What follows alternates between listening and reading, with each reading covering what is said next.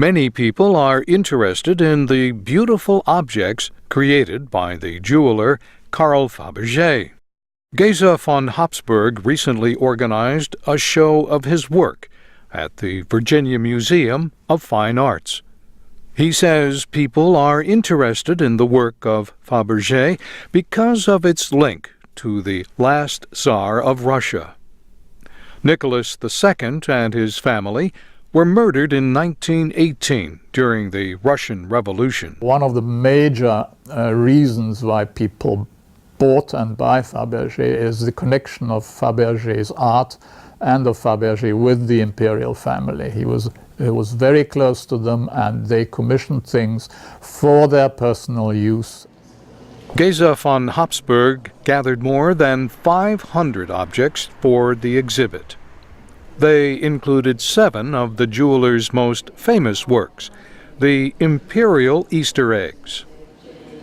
Only 50 were ever created, 40 or 42 are known to exist, 7 are here all at the same time. Alex Narges is director of the Virginia Museum of Fine Arts. The museum has 5 imperial Easter eggs. The eggs are miraculous, marvelous works of detail. They are not just works of art in terms of beauty, but they're mechanically precise. Each Faberge egg has movable parts and a surprise inside. The most valuable ones are said to be worth $25 to $30 million.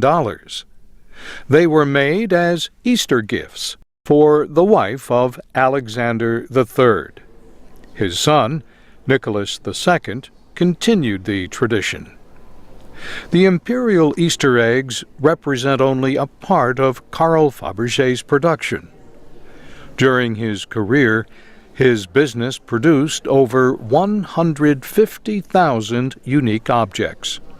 Not all were for the Tsar's family. A crystal egg was made for Emmanuel Nobel, nephew of Alfred Nobel, the man for whom the Nobel Prize is named.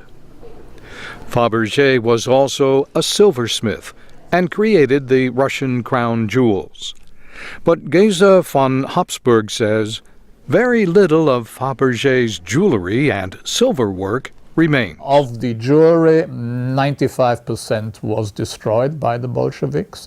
Of the silver, I would say 95% was melted down by the Bolsheviks. They were in dire need of money after the revolution. What they did not destroy, they sold. These works started coming out of Russia in the 1920s and in the 1930s, and there was a great mania for collecting Faberge starting in the 1930s in this country. And there were a couple of very key collectors.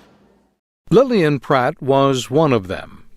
When she died in 1947, she left more than 150 of her Faberge pieces to the Virginia Museum in Richmond. Today, it has the largest collection of Faberge outside of Russia. As for Faberge, he fled Russia during the Revolution. He died in Switzerland 2 years later, but his works of art live on. I'm Bob Doty.